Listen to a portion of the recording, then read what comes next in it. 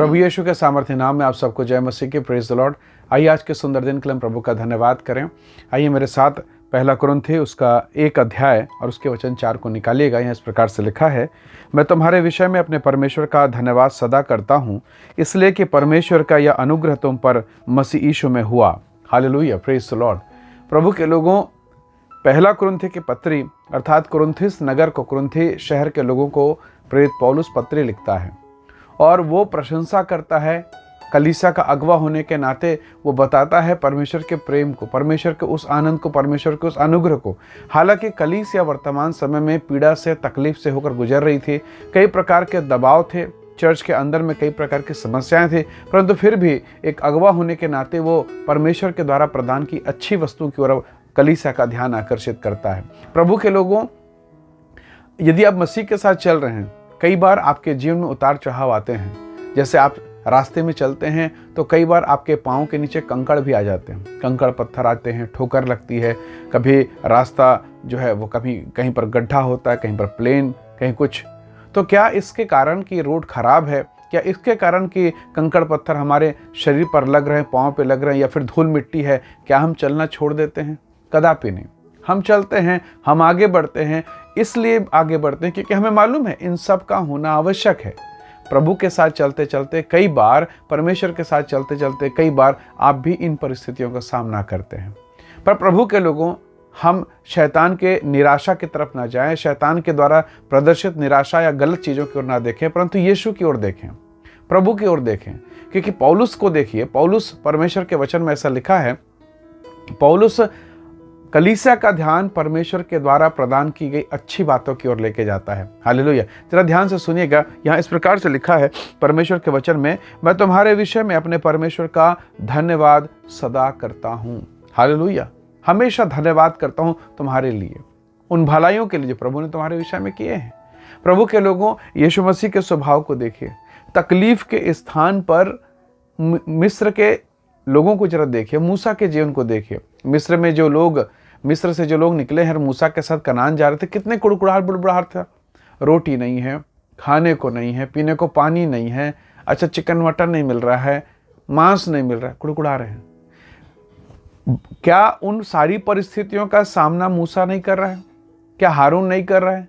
क्या यहोशू नहीं कर रहा है? क्या वो भूखे नहीं है? क्या वो प्यासे नहीं है? ऐसा तो नहीं कि कलीसिया भूखी और मूसा खाना खा रहा है। ऐसा तो नहीं कलीसिया भूखी है और यहोशू आनंद मना रहा है। सबके सब भूखे। तो क्या मूसा को भूख नहीं लगता? तो फिर क्यों मूसा उनकी तरफ कुड़कुड़ाता नहीं है? क्यों यहोशू नहीं कुड़कुड़ा रहा है? क्यों वो परमेश्वर की तरफ देखता है? क्योंकि उसे मालूम है ये थोड़े समय के बाद ये समय बीत जाएगा। Praise the Lord, hallelujah. परमेश्वर के लोगों, ये परिस्थितियां आप पर भी और अविश्वासियों के साथ भी हो रही हैं, परंतु आप सौभाग्यशाली हैं, आप आशीषित हैं, क्योंकि आपके साथ परमेश्वर है, प्रभु है, जिसका धन्यवाद हमें सदैव करना चाहिए। एक महिला प्रसव के पीड़ा के समय असहनीय पीड़ा से होकर गुजरती है। ऐसा मानो हड्डियां तोड़ने का दर्द हो, भयंकर पीड़ा। एक माँ दर्द सहकर एक बच्चे को जन्म देती है। वो अपने दुख और दर्द और पीड़ा को बर्दाश्त करती है, सहती है, क्योंकि उसे मालूम है थोड़ी समय के बाद, थोड़े दिन के बाद मैं एक सुंदर से संतान को प्राप्त करूंगी और यह मेरी ओर से आशीष का कारण होगा। Praise the Lord, hallelujah. एक व्यक्ति को संसार में लाने के लिए वो प्रसव की वेदना को झेल जाती है। हालेलुया।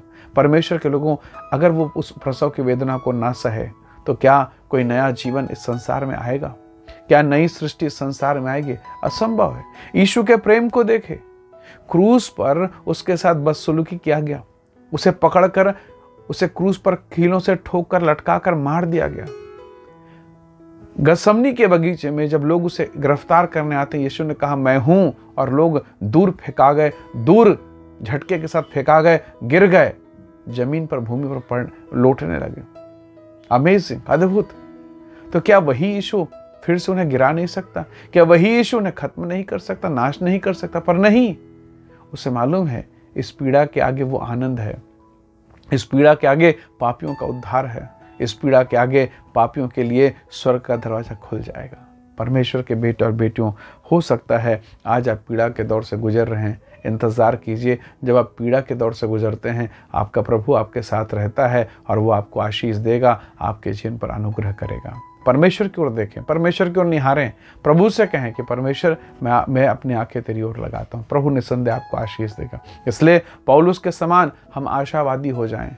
पौलुस के समान दुखों में, क्लेशों में हम आनंद को ढूंढें, परमेश्वर की महिमा करें। और एक दिन जब आप ये अनुग्रह पाएंगे, आप परमेश्वर की स्तुति, परमेश्वर की आराधना हृदय की गहराई से करने पाएंगे। प्रभु आपको और आपके परिवार को बहुत ऐसे आशीष दे। आइए दुआ करें। प्रेमी अनुग्रहकारी स्वर्गीय पिता, हम धन्यवाद करते हैं आपके महान, आपके स्वर्गीय अनुग्रह के लिए प्रभु। और विशेषकर प्रभु मेरे प्रियजनों को जिस समय संदेश इस वीडियो को देखते हैं, सुनते हैं, आशीषित करें। इनके जीवन, इनके घर परिवार को ब्लेस करें। हम सारी महिमा आपको देते हैं। धन्यवाद के साथ विनती मुक्तिदाता प्रभु यीशु के नाम से मांगते हैं। आमीन, आमीन। प्रभु आप सबको बहुत ऐसे आशीष दे। बहुत धन्यवाद। जय मसीह की। Praise the Lord.